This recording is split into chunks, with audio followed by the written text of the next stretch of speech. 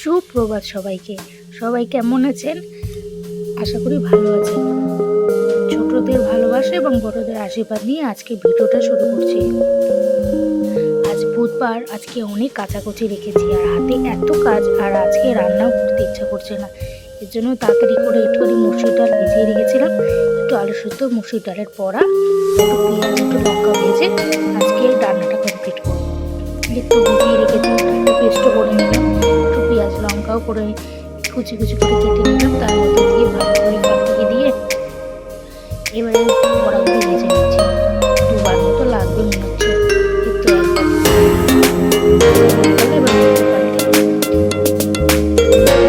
এবার একবার ভেজে নিচ্ছি।